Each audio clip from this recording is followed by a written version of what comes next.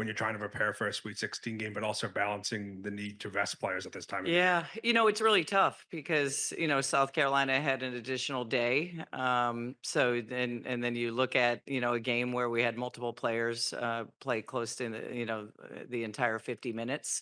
So a lot of rest and reset for them, for our staff around the clock with the scouting that has to take place and the transfer portal that, fortunately for us, opened on Tuesday as well. So, little to no rest, but a lot of reset for the kids, and then getting back to actual practice today. So a lot has been going on. Front.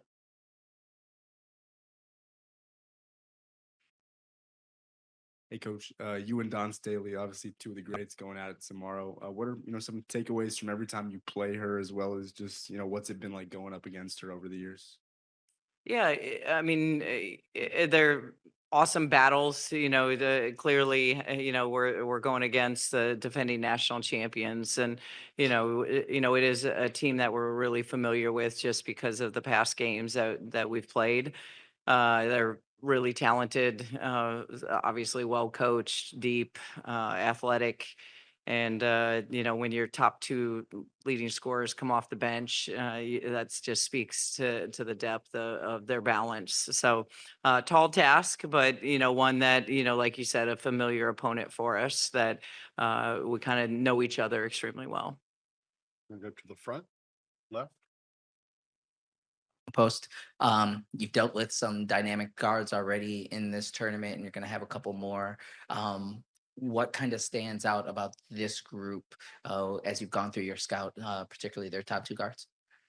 Yeah, they're really good at taking smart shots. You never see within their system that they're going to take a tough three or a tough two. I mean, they play really well within their offensive system, and they're difficult matchups because all their guards are athletic. They can they can score the three. They can pull up. They can get to the rim. So and then they just bring, waves off the bench as well. So, it's, a deep team that is able to kind of wear you out with their depth.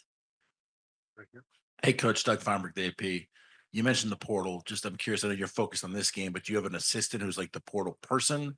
And as you've been in the game a while, what do you think the ideal portal timing would be? Because Sweet 16 doesn't seem like the right time to be worrying about where people are being transferred. Yeah, I mean, they changed it so it's a week later.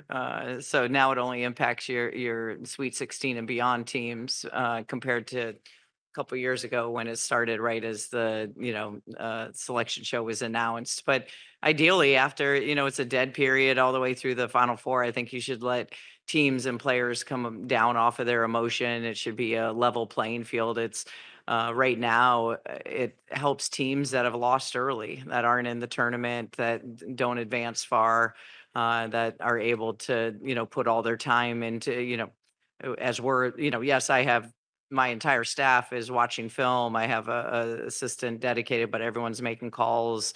I made a call last night, but then kids are already on Zooms and taking visits. So that makes it really difficult for your teams that are currently playing. Go right here on the aisle to your right. Yeah, Mitch Northam, SB Nation. Coach, you have a lot of transfers on your roster this year and a really deep roster. One of the players that came into the team this year is Mir McLean, one of those players who played a lot of minutes, on Monday. What has she's kind of had an interesting journey with all the injuries and things. What has she meant to your team this year, and what has she provided?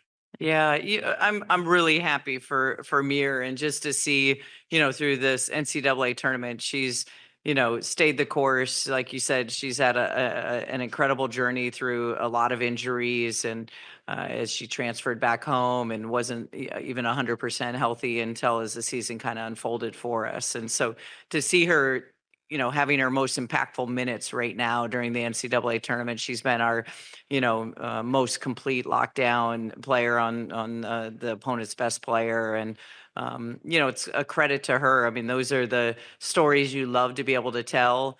of the players that just continue behind the scenes. And that's who Mir was all season. Even when she wasn't getting the minutes, you'd go out on the court pre-practice, post-practice, she would always be out there getting shots up and working on her game. So really happy for Mir as well as for us that she's kind of peaking at the right time.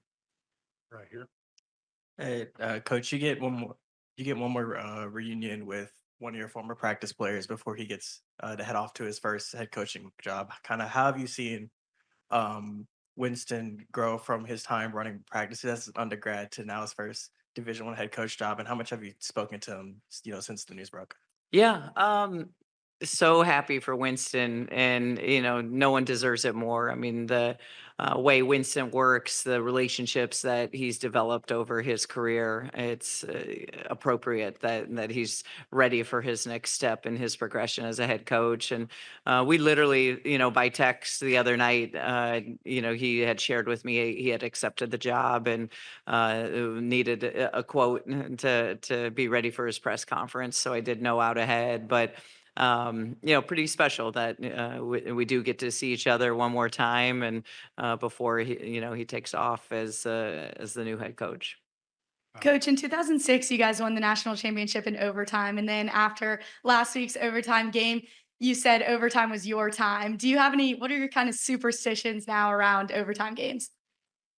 I don't know if I'd call it superstitions. I'd say like just good juju, right? That overtime has been a part of Maryland where we've had a lot of success. So at that point in the huddle, and it's been a while since we at Maryland we've had an overtime game. So just wanted to instill confidence into our team that we were fine and that we were going to be okay when we went into overtime, and as well as when we went into double overtime. To your left. Just on that game, just what was Barker maybe able to do, even though everyone kind of knew it was going through her, and just to be on the sideline and to watch someone have a performance that maybe defines what March Madness is? What was like that? What was that like? Oh, well, I mean, again, we had Mir McLean on her, and Mir made her life miserable, but she still got 45 points. So that tells you everything you need to know. And then even, as we adjusted with the ball screen defense throwing two at her, she still was able to continue to find a way. She's just a warrior. She's an elite level competitor, obvious winner. And it was a spectacular night. Unfortunately, on our watch to be able to watch, but just speaks volumes to what kind of kid, character, player, competitor, and winner that she truly is. The aisle to your right. Yeah, just to follow up on Mir, you've said often she guards the opposing player's best guard. What about her game has given you the confidence to give her that assignment time and time again? Yeah, I mean, she's so versatile. We can put her on, a point guard, a wing, a forward, a center. It doesn't matter. You give her a job, she's going to take it to heart. And I think, to be able to see just defensively her rebounding, but just that selflessness, unsung hero type of play that comes from Mir, and again, just the intangible of wanting to do whatever it takes to help her team win a game. Front. Hey, brother. Kareem Copeland, Washington Post.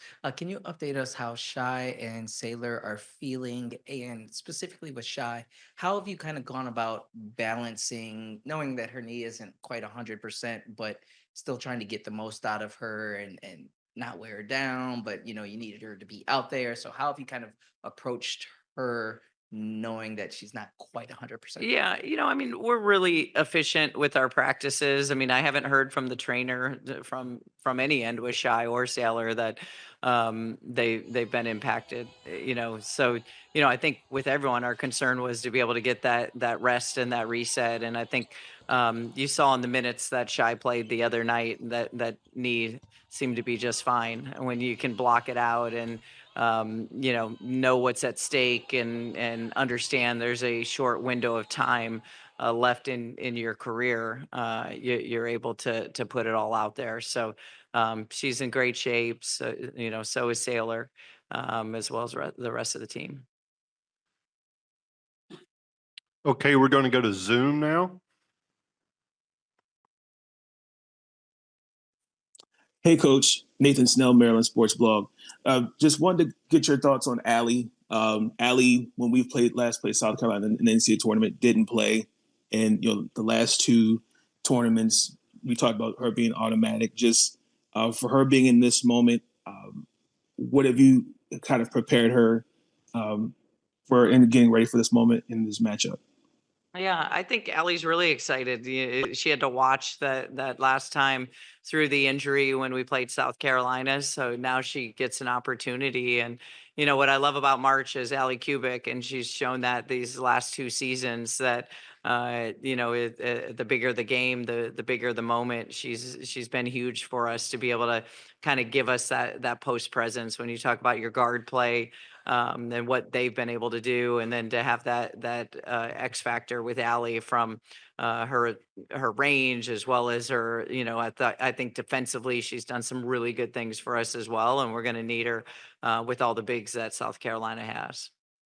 Okay, thank you, Coach. Thank you. Kareem Copeland. Just a couple days after that overtime game, just what do you think are some of the biggest things that you guys took from that particular game, and just kind of being able to kind of build off that going forward? Sarah, we'll start with you. Um, After that game, what did we learn is just it was a it was a great fight. It was a good game. We were all happy, and now we're just focusing on the next game, just to be prepared for this game. So yeah, that was what we learned. Yeah. Cheyenne, Yeah, I just think like our heart, our resiliency, and at this rate, it's just survive in advance. So Kayleen, We learned that we're capable of anything. If we put our minds to it, no matter when things get hard, we play 40 minutes, and after that overtime, we're still gonna get teams. I feel like we just have so much confidence in each other. Yeah. front right. Hey guys, Ben Geffner, Diamondback. Kayleen, a big game defensively for you against Alabama. The offense has been steady all year, but what's been working recently on the defensive end for you? Oh, my coaches had. I know one thing I came here was emphasis was on getting better and playing defense. I know my coaches are always on me in defense. If I'm one day, it's like I'm digging too much. The next day, it's this. So I feel like just learning a balance and changing my defense when we play different opponents. I feel like my defense is consistently getting better because they're always going to tell me when I'm making mistakes or like even things I'm doing well. So I know the difference. Right here in the left. Maxwell Donaldson, Montgomery Advertiser. Just Ashley Barker had a 45 points game. What kind of was so difficult maybe about guarding her, and just especially even though you guys kind of knew they were going through her, especially near the end of the game, just and she was still able to score. Kind of what was the challenges of that, and just being on the court with one of the historic March Madness performances? I think, we were trying to limit their threes, and she got downhill. But I think this next game we're gonna do our game plan just as well and move on. Was that question for everybody or just Sarah? Yeah. We know she's a great player. We did what we had to do against her, and now like Shai said, we're just moving on. Next game, following a game plan. Yeah. Kayleen, Yes, they summed it up. No, sorry.